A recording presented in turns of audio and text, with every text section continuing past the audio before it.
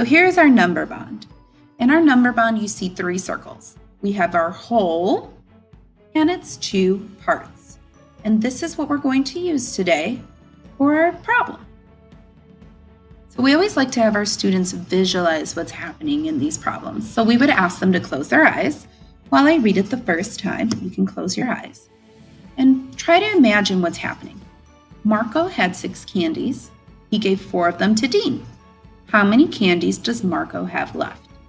So the first thing we ask our students is, what's happening in this story? What happens first? Well, Marco had 6 candies, so we're going to draw them. There's 1, 2, 3, 4, 5, and 6. Now you might be asking, why are you just scribbling circles? One of the conversations we have with our students is that during math time, we do what we call math drawings. These are quick drawings. The reason we do this is because good mathematicians want to be efficient, which means that we are doing things correctly and quickly.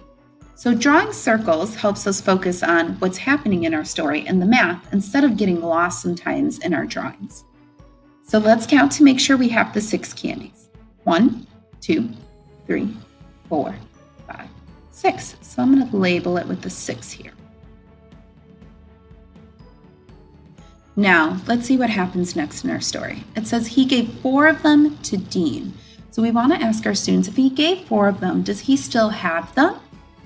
Or has something happened to them? And they will tell us, oh no, he doesn't have them anymore. They went away. So the way we represent that is by putting an X, because they are no longer here, right? So there goes 1, 2, 3, and 4. Now, good mathematicians, we count twice to make sure we are correct. So let's count to make sure there's 4 of them here for Dean. We have 1, 2, 3, 4. And I'm going to label that with a 4.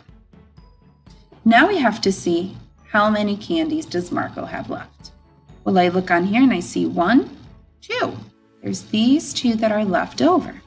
So now I'm going to draw them here. Here's 1, and here's 2. So these 2 came right here because this is what's left.